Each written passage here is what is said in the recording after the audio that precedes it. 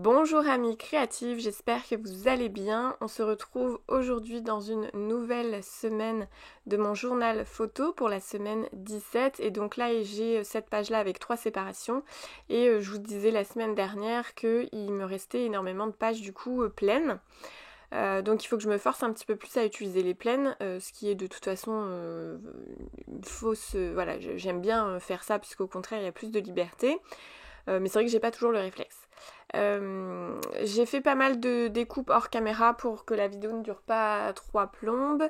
Donc j'ai préparé, vous voyez, mes photos pour la grande page du coup, avec ce dies là qui est un dies de chez Happy Little Fox que j'aime vraiment beaucoup puisqu'il il est pas mal, enfin voilà, il est un peu polyvalent. Si on utilise l'intérieur de la découpe et qu'on le retourne, ça fait une pochette également.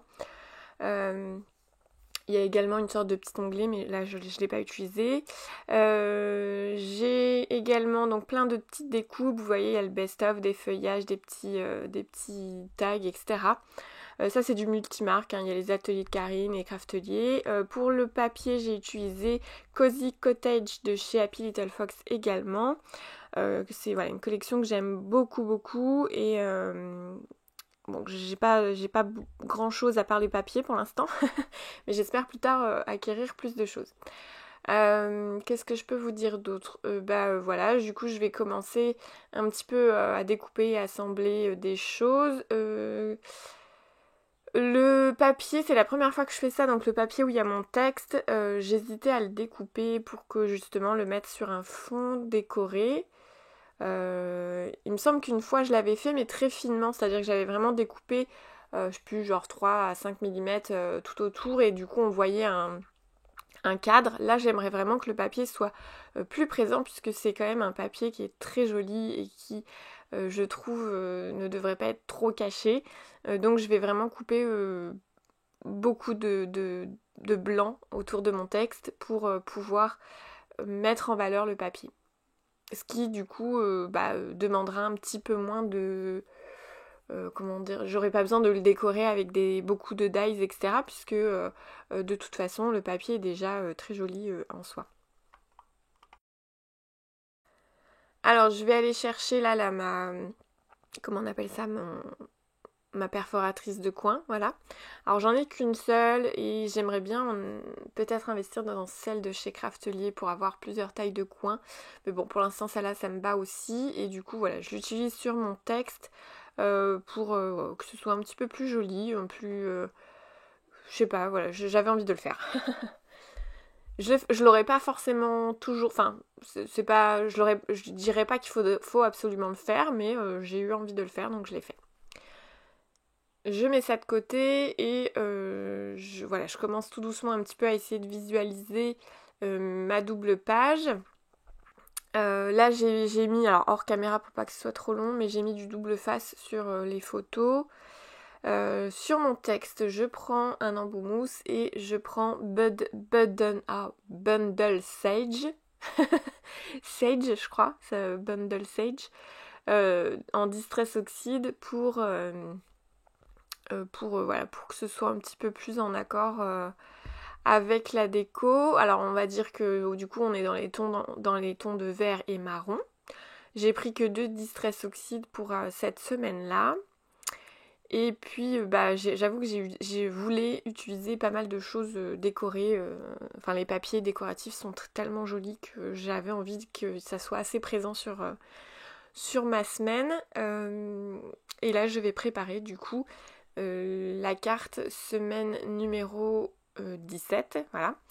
Avec du coup la Distress Oxide ou Oxide, je sais jamais trop comment le prononcer, avec Vintage Photo.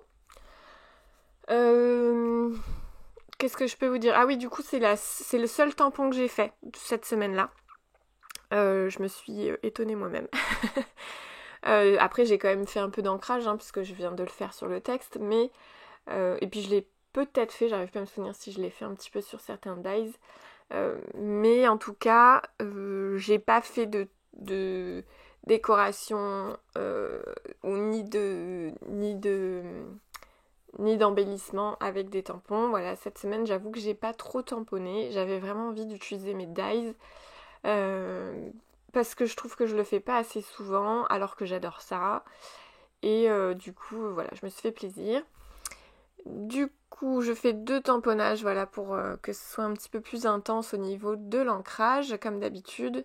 Je fais 2 voire 3 fois en fonction du rendu. Voilà, 2 fois, je pense que je me suis arrêtée à 2. Donc comme je vous le disais tout à l'heure, je n'ai pas fait énormément de tamponnage sur cette semaine-là. Par contre, j'ai fait quand même...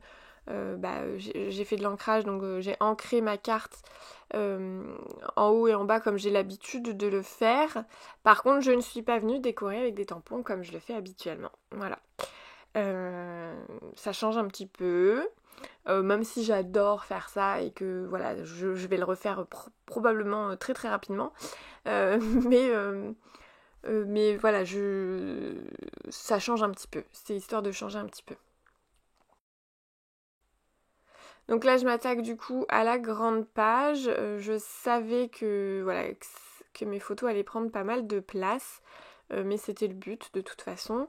J'ai alterné du coup le papier que vous voyez, un coup il est fleuri, un coup il est dans les tons de bleu un peu qui tire vers le gris. Voilà, c'est le recto et le verso. Donc j'ai alterné un coup bleu, un coup marron. Les deux côtés étaient très très jolis et c'est vrai que des fois c'est ce qui est un peu dur je trouve dans les papiers de scrap quand ils sont recto verso, c'est qu'on est obligé de choisir un côté.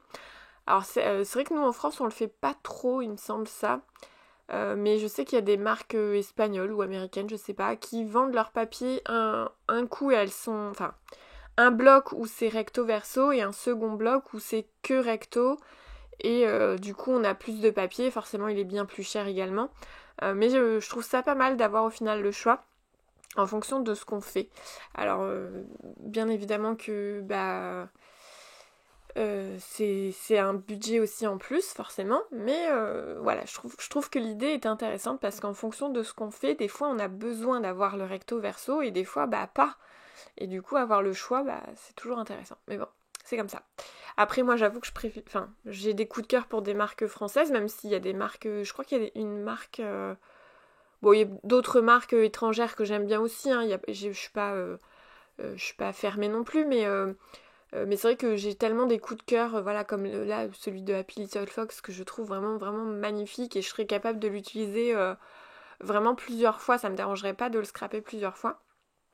Donc, du coup, voilà, je fais le choix de temps en temps d'aller vers des marques étrangères, il n'y a pas de souci, mais voilà, je me dis que autant privilégier les petites entreprises françaises, mais bon, après, je sais que j'aime bien aussi par exemple PND, je crois que c'est ça, Pepper Nova Design, voilà c'est ça, Pepper Nova Design, c'est une marque espagnole si je me trompe pas, et j'aime vraiment bien aussi ce qu'elle fait, j'aime bien aussi ce style de tampon, mais c'est vrai que j'investis du coup beaucoup moins puisque je fais toujours des choix financièrement. Je pense que vous êtes comme moi, on doit faire des choix de on n'a pas, on n'a pas un porte-monnaie illimité, donc on est bien obligé de faire des choix. Donc là, je suis tout doucement, voilà, j'ai commencé à faire ma mise en page avec le best-of. Donc le best-of, je vous l'ai dit tout à l'heure, c'est les ateliers de Karine, aussi une autre marque française que j'aime beaucoup. Mais pareil, j'ai pas énormément de choses d'elle parce que je fais des choix. C'est vrai que mes choix se portent beaucoup sur Shoe and Flower, tout simplement parce que je trouve qu'ils sont très faciles à réutiliser dans l'art journal. En fait, je trouve assez polyvalents leurs tampons. Alors que par exemple, les ateliers de Karine, j'aime vraiment beaucoup aussi ce qu'elle fait, mais je trouve que c'est plus difficile pour moi de les utiliser en art journal. Alors peut-être que quelqu'un va me dire, alors pas du tout, moi je les utilise totalement dans l'art journal et tout. Alors oui, il n'y a aucun problème là-dessus, c'est juste que c'est mon avis et ma vision des choses. Je trouve qu'ils sont un peu plus durs, en tout cas à mon avis, enfin mon avis à moi c'est celui-là. Je trouve que les tampons Show and Flower sont plus faciles à détourer. Souvent, on a vraiment l'impression qu'ils sont pensés pour l'art journal. Alors que je pense que les ateliers de Karine sont vraiment plus pensés pour le Project Life ou éventuellement le scrap plus largement, on va dire. Mais peut-être un peu moins du coup pour l'art journal. Et moi, j'avoue que j'ai vraiment une préférence pour... Enfin, j'ai envie que mes tampons soient polyvalents pour l'art journal. Et d'ailleurs c'est un peu pareil pour Florilège Design. C'est pour ça que d'ailleurs que j'ai un peu moins investi cette année dans Florilège Design. J'aime énormément ce qu'ils font. Ils font vraiment de très très jolies choses. Mais voilà. Je trouve qu'ils sont plus moins évidents à utiliser dans l'art journal. Alors c'est pas totalement vrai ce que je dis parce qu'on peut les utiliser pour faire des tampons fonds, des choses comme ça, mais pour le détourage et tout ça, peut-être un petit peu moins. Enfin bref, je vais pas m'étaler sur le sujet, c'est qu'une question d'avis et de préférence et de goût également et de choix financiers. Enfin bref. Alors comme vous êtes en train de voir, je suis en train du coup de coller un dies sur ma carte. C'est ce que je vous disais tout à l'heure, je voulais faire quelque chose de différent, et bien c'est ce que j'ai fait. Au lieu de tamponner, et bien j'ai collé un dies et il fallait que ça ressorte un petit peu. Donc c'est pour ça que j'ai ancré en dessous.